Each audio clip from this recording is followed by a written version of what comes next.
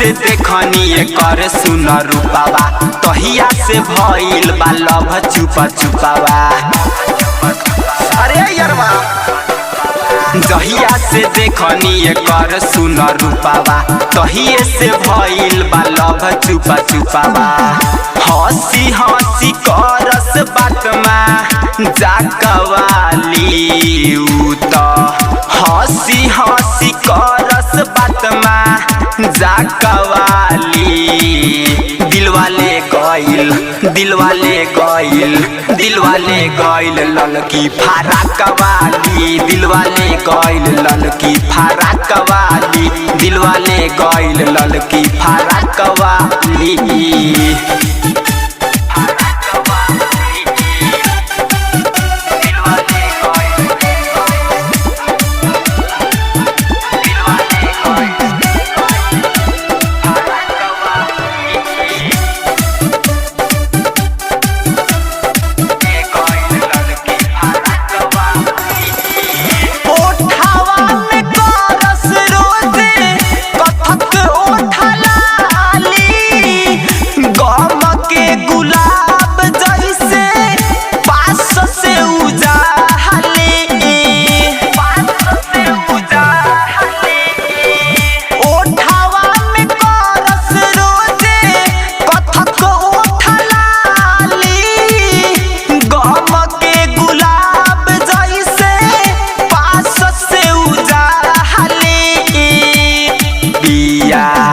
गोले गोले आँख लंबा नाकवाली बिया।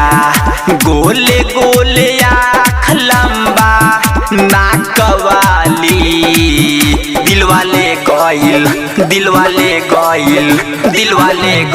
ललकी फराकवाली। दिलवाले गइल ललकी फराकवाली। दिलवाले गइल ललकी फराकवाली।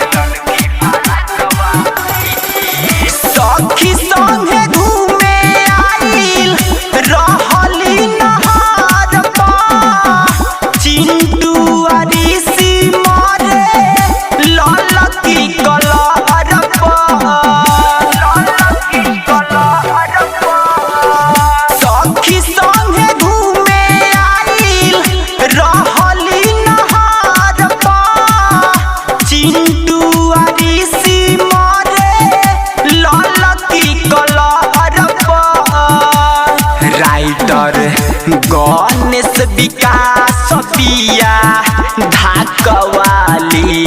राइटर गणेश रिकू बिया धाकवाली। दिलवाले गइल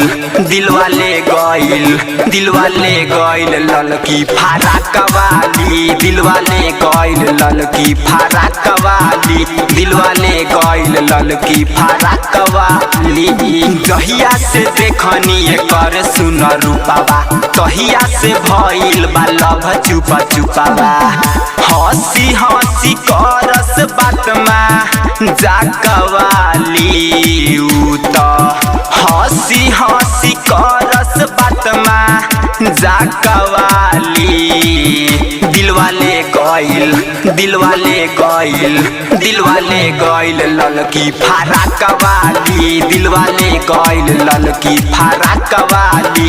दिलवाले गइल ललकी फराकवाली। अलबेला रिकॉर्डिंग स्टूडियो